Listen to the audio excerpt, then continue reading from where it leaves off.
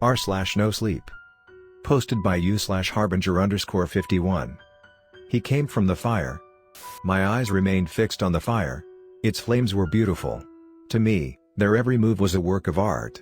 I remember how much I enjoyed just looking at them, at the fire, as if it were a beautiful force of nature. I don't think I can ever see fire as I did then. It means something different to me now. But then it was all I could give attention to, and how could you blame me? They're the only that had an appeal to me that night. I couldn't seem to give my newly acquired college friends the same attention. Don't get me wrong, we were all having a good time, out in the wilderness, under the stars. It's just not my cup of tea to be around a bunch of slobbering, drunk fellow 18 and 19-year-olds when I haven't had a single drop of alcohol myself. I don't have anything against drinking, I just choose not to do it myself, for reasons I'm not going to get into. And, even though I made this known to the group I was camping with this night, they never seemed to get the message. I was constantly bombarded with offers of shots of vodka and seltzers or beer. Some of them kept asking me to try their special little concoctions, of which I had absolutely zero interest in trying. Truth be told, I'm not one for parties. I prefer my solitude. My idea of a fun Friday night is being alone, playing video games, and watching YouTube. That was a far cry from this little getaway camping trip. I had sort of forced myself to make more friends when I got to my university, and for the most part, I enjoyed it. I decided it couldn't be too bad to join them on this trip. It sounded like fun anyway. I didn't know how many other people they were bringing along, and it certainly came as a surprise when I found out there would be more than a dozen of us. After meeting all of them, remembering none of their names, and then making the trip out there and getting everything for the camp set up, my social battery had run dead. I kept myself tending to the fire. Now and again, I would get up and go find some leaves to make it flare up and burn bright once again. It was October, so I had plenty of fuel around to entertain me. The other 13 were behind me, and even a mix of male and female, set up in their lawn chairs and mixing each other drinks while they blasted music from their portable speaker. An hour or so of this went by before I saw one of the guys, Nathan, walk over to his car that was parked close by. He opened the front passenger side door and it looked like he was searching for something.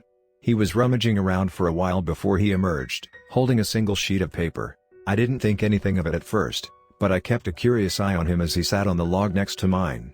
Despite how blasted he must have been at this time in the night, he was able to concentrate deeply on whatever it was his little sheet of paper had on it. After a couple of minutes, he got up and ventured back to his car again, leaving the sheet of paper pinned down by a little rock. My curiosity got the better of me and I walked over when I saw him get up. I lifted the sheet to see it was some sort of instruction manual. I had trouble reading it, so I angled the paper enough to catch the lighting provided by the fire. I don't remember them word for word, but they went something like this. 1. Prepare a fire pit. This fire has to be started on the ground. Using a pit that is elevated above the ground or not touching the ground will result in failure. Additionally, covering the fire with anything, such as a cage, will also result in a failure. 2. Safety precautions are required before starting the fire. Clear any brush, sticks, leaves, or dry material that can catch on fire.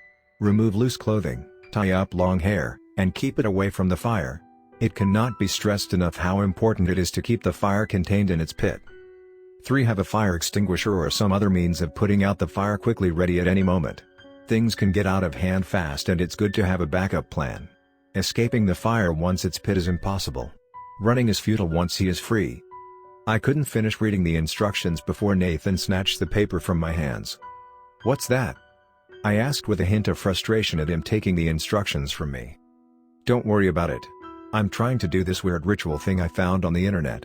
It's supposed to summon some dude from the fire, I don't know, man." Though I didn't get the opportunity to read much of the instructions, and as bizarre as they were, I was intrigued. On top of that, his defensive reaction and mention of summoning something interested me even more. I've always been into superstitious things like that and the idea excited me. This was certainly the most exciting thing I could have imagined happening on this night. "Well, what are we summoning then?" Nathan ignored me, still reading from his list. It was then that I noticed what he brought back from his car. On the log, next to us, sat a Ziploc bag with some sort of white powder-looking substance inside. As I said, I don't have a problem with alcohol, but if they were about to get into something like cocaine or worse, I didn't plan on being any part of it. "Did you seriously bring drugs out here too?" "I can't." Nathan then interrupted sharply. "No. I told you, calm down. It's not drugs. It's this like, spirit salt or something, dude. It's something we need to summon this guy supposedly. Who are you summoning? And where did you get those instructions from? I don't think we should be calling some demon to our little camp out here. It's creepy enough as it is. Bro, I told you, I don't know. I got the instructions from a weird place on the deep web. One of those cult websites where they tell you about their weird beliefs and rituals and stuff. They said he's not a demon. I was skeptical, of course. Not just of the merit of this little ritual, I'm sure most people would be, but also of this cultist group Nathan got these instructions from and whatever their intentions were. I've not always been the most religious person, but I didn't have the greatest feeling about summoning some spirit. Nathan's uncertainty about everything he was trying to do didn't help. But, like I said, this sort of thing interested me and I wanted to see where it was going or what would happen. I tried to figure out more. Nathan, let me see those instructions again. No. You're just gonna fuck it up. I got this, I promise. Just chill out. I returned to the log I was sitting on before. I sat, looking back and forth between the fire and Nathan. I recalled the part of the instructions I had been able to read and pondered them in my mind. The fire must be built on the ground and uncovered. Well, ours fit both of those stipulations. Containing it is most important.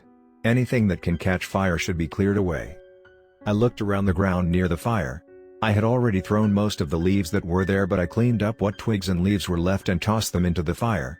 I sat back down. Running is futile once he is free. Who is he? A couple of minutes went by before Freddy, one of Nathan's close friends and a guy I was getting along with quite well, came over and sat on the log next to me with a bottle of beer in hand.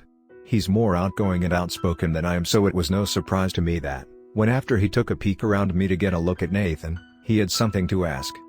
What the fuck is Nathan up to? I simply shrugged, still wondering that myself. After a couple of minutes of chilling with me by the fire, Freddy got back up and returned to the others behind us. Nathan walked up to the fire with his little Ziploc bag and opened it.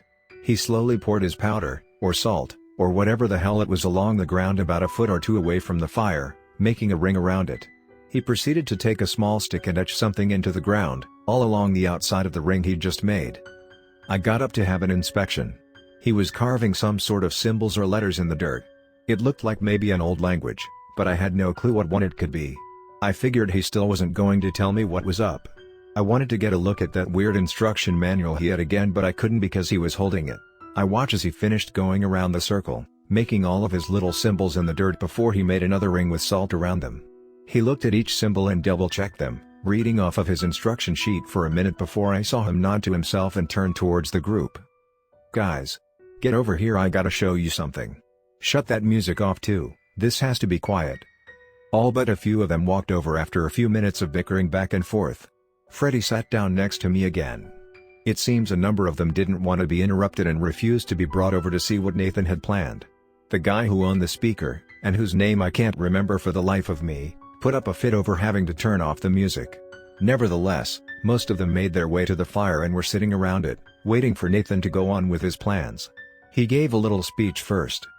Nobody goes near the fire, throws anything at the fire, or steps on the salt. Just sit down and watch, alright? Oh, and if you see the fire spreading anywhere, let me know right away, alright? Sure, whatever. Just get it over with. The speaker guy said, clearly annoyed. Nothing happened for a couple of minutes as Nathan kept looking at his instruction sheet. People around the fire started their own side conversations until Nathan started speaking in some sort of weird language, reciting something from the instructions sheet. It sounded old. I assumed it was the same language as whatever he made the marks in the ground with. The group quieted and most of them grew confused expressions on their faces. Some of them looked at each other and let out a quiet laugh with their hands over their mouths. After about 2 minutes of this recital, Nathan approached the fire, being sure not to step in the salt on the ground before tossing what he had left in the bag into the fire while he continued to read. It was obvious that most of the group was becoming exponentially bored the longer this went on, but I think we still wanted to see what would happen. As Nathan tossed another pinch of salt into the fire, it burst upwards in an explosion. Ashes filled the air above the pit and came raining down on us. He fell on his back, surprised, dropping his bag and sheet before frantically crawling away. Everyone else in the group expressed their surprise as well, including me, who jumped to my feet. A few girls and a few guys screamed when this happened as well. The flames from the pit calmed, but as they did so, the symbols Nathan had carved into the dirt lit up on their own. I watched Nathan the whole time he made those symbols. He never put anything inside them that would make them light up like that, that could make them burn. I could tell by the expressions on all of their faces, that everyone was in awe and caught by surprise, as was I. No one was ready for what followed. I noticed a shape taking form in the fire. A single flame reached up and out before it split at the end, into 4, then 5 individual flames. It was a hand. The fire had grown an arm and a hand with fingers. Another sprouted from the opposite side before the arms reached back down, pushing against the ground. Rising fast from the flames was the head, followed by the shoulders and the torso. It rose to about 7 feet tall before it stopped. It was very clearly the shape of a man. I could even make out the legs that stood, rooted in the fire. One thing it didn't have was a face. It had no eyes, mouth, or any other details. Its head was just a blank canvas of nothing but fire. Some of us just stared, and others began to cry and scream in fear of what they were witnessing.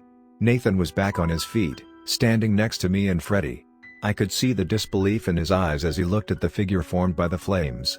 He tried to explain the situation to us, fumbling through it. "Don't worry, he can't leave his pit as long as the fire doesn't spread or that's at least what the instructions say." I didn't think this would really happen. One of the guys got up, looking like he was ready to book it out of there. Nathan noticed. "Don't run. It can't get you and you can't outrun it if it could anyway." "What the fuck do you mean?" the guy yelled back in a shaken voice. Nathan finally confessed to the group. "Look, I got these instructions off of this shady place on the deep web. They said if you follow the steps you can summon this thing, but I didn't think it would work. I just thought it would be fun and a little scary. I was just trying to entertain everyone. I don't know how this is even possible." "Well, how do we get rid of it?" a girl on the log across from me asked, demanding to know. Nathan picked his instructions off the floor. They were wrinkled from when he fell. As soon as he did so, a gust of wind blew it from his hands and towards the fire. The figure reached out to grab it before the paper crumbled in flames, turning to ash. Everyone stared blankly, not knowing what to say or do at the moment. Whatever instructions Nathan had to get rid of it were long gone, destroyed by the very thing they instructed on summoning. "Do you guys hear that?" a voice asked from across the pit from us. It was one of the girls. Everyone looked over at her for a moment. I don't think anyone else could hear what she was hearing. "You guys, you don't hear that voice?" No one responded. We all remained silent, waiting to hear something, anything. None of us could. At least, none of us spoke up about it. The girl covered her ears with her hands and started to scream in agony. Her friends helped her get up and move away from the fire. I had a sneaking suspicion that this thing in the fire had something to do with it. It was somehow talking to just her. Her screams were loud enough to finally alert the other few who hadn't come over to the fire when Nathan asked. One, an extremely drunk guy, seemed to be oblivious to it all. He didn't notice the figure standing in our fire. That was until he got close, very close. He walked right past us and almost into the first ring of salt before he noticed the flaming symbols on the ground.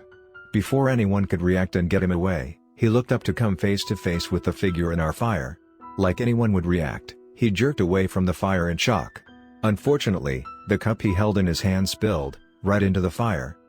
His drink must have been a strong one because even though the fiery figure stood a good 7 feet above the ground already, the alcohol made it rise even higher. As its growth was bolstered for a short second, the figure reached an arm above its head and touched the branch that hung over it. In an instant, the branch lit up in flames and turned to ash that rained upon the now vacant fire pit and unlit symbols on the ground. It was now totally dark. Everyone had shut everything off to look at the fire. Now we were scrambling to find a flashlight or a phone, anything that we could use to see. Everyone was screaming, some were still crying, and it was obvious that we were in disarray from the shock and panic induced not only by what we just saw but also by the fact that it had all disappeared in an instant, also suddenly.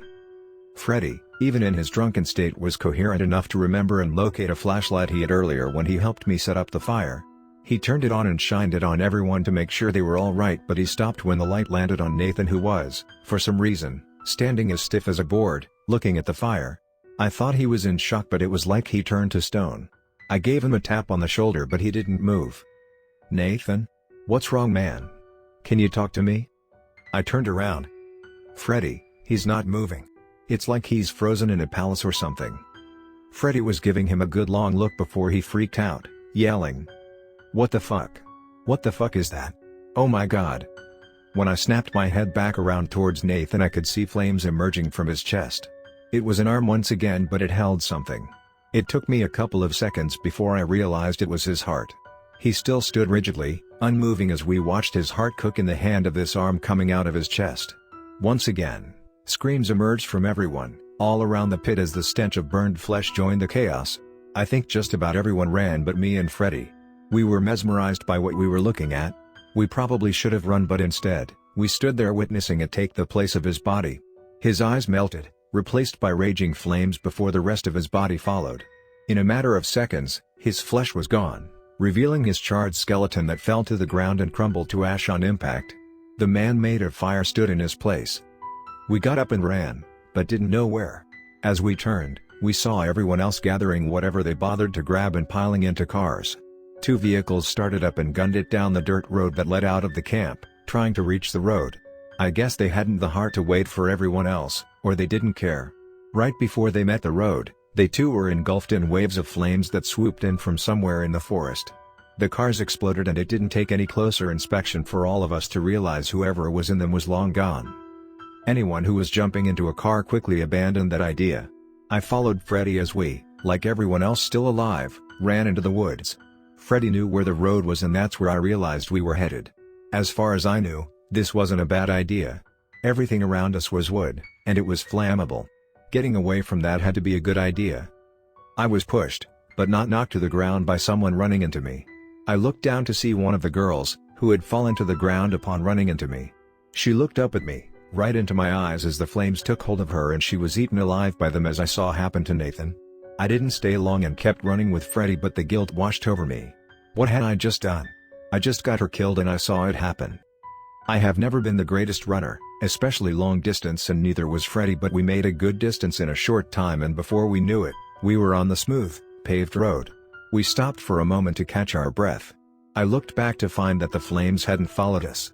It seems that this thing was able to control them at will. It could choose to burn or not to burn whatever it wanted, and it hadn't chosen us, at least for the moment.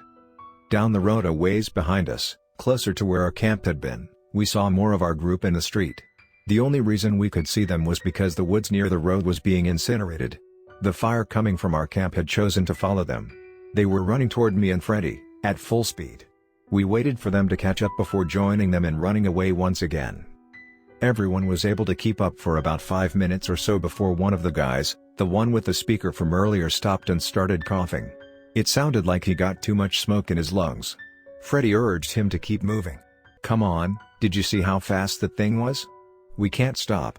The speaker guy didn't say anything and just kept coughing. It sounded like he was going to fall over and drop dead at any second. I think we all calmed down for a second because it didn't seem like anything was following us anymore. The flames from the camp and near the street had all gone out. I think the only fires left were from the cars, still being cooked. After the speaker guy stopped coughing after a couple of minutes, he started to sit back up, turning his head towards us who were all still concerned. When he did look up, his eyes went from a look of exhaustion to a look of dread and despair. In a shaky voice and looking past us, he muttered frantically, "Oh my God, oh my God, oh my God, no, no, no, no." I looked behind us, up at a tree on the side of the road. It was in the tree. It stood on a branch as if we're weightless, and though it didn't have any eyes, I knew it was looking right at us. Before any of us could even start to run, it leapt from the tree and tackled the speaker guy with force, and knocked him off of the road, into the woods on the other side. I could hear his screams as we ran down the road once again, but no one stuck around to see what happened to him. It doesn't take much to imagine what did. As we ran, I glanced behind us at the terrifying sight of the thing jumping from tree to tree as it followed. Each branch it left turned to ash and fell to the road, crumbling into nothing and spreading like dust. It was clear that it had no challenge in keeping up with us. It jumped into the woods again, and I was reminded that watching it wasn't going to be of any help. I turned forward and kept moving with the others. A girl that had been running about 10 feet in front of me took a glance back herself, not noticing the branch that had fallen on the road, sitting right in front of her. The moment her legs made contact and she tripped and fell, the branch lit up extraordinary bright and she was lit ablaze with it. Like the others, her flesh melted from her skeleton, which fell to the road and shattered. We kept up our pace like nothing had happened. I saw a streak of flame in the woods to my right. Once again, it kept pace with us. It jumped into the trees again, this time burning entire trees as it jumped back and forth. They fell behind us, barely missing when they hit the road. It moved so quickly above us that it eventually formed an arch of flame. This arch grew taller with each movement until a new torso and its whole body was recreated, taller than a house, and it began to move. It was able to keep up by just walking. It stopped for a moment and we took the opportunity to make some ground. I know it was stupid, but I couldn't help but glance back again. It picked up a burning tree and swung it like a baseball bat, clearing everyone but me and Freddy off of the road in one powerful swing. It stopped on the side of the road to reach down and incinerate what was left of them. Freddy and I were still running, probably just from instinct, but I think we both knew there was no hope. Two streaks of flame zoomed past us in the woods, on both sides of the road, and met in the middle about 100 feet in front of us. It formed itself once again, over the road. Reddy and I stopped and turned. We ran for only a few seconds before it caught up. A powerful gust of warm wind knocked us off of our feet, making us roll on the ground. It didn't grab us. It didn't incinerate us instantly like it did the others. Instead, it leaned down, looking over us. I looked at Freddy and he looked back at me. I still believed we were about to die. I heard laughing.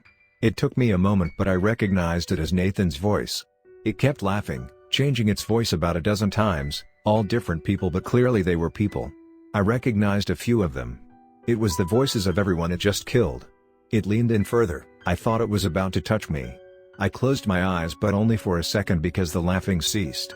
I opened my eyes to see nothing hanging above me. There was no fire. Freddy and I got to our feet and looked around. It was just darkness once again. The night was at peace. The freeway isn't far. That was all Freddy said to me. I followed him and said nothing. We didn't exchange words the rest of that night, and come to think of it, I don't think we have since. We found the ramp to the freeway and walked up it. We continued walking straight until we saw a car. We tried to get its attention and get them to stop. They didn't stop, but I think they called the police because a state trooper came down the road only 10 minutes later and picked us up.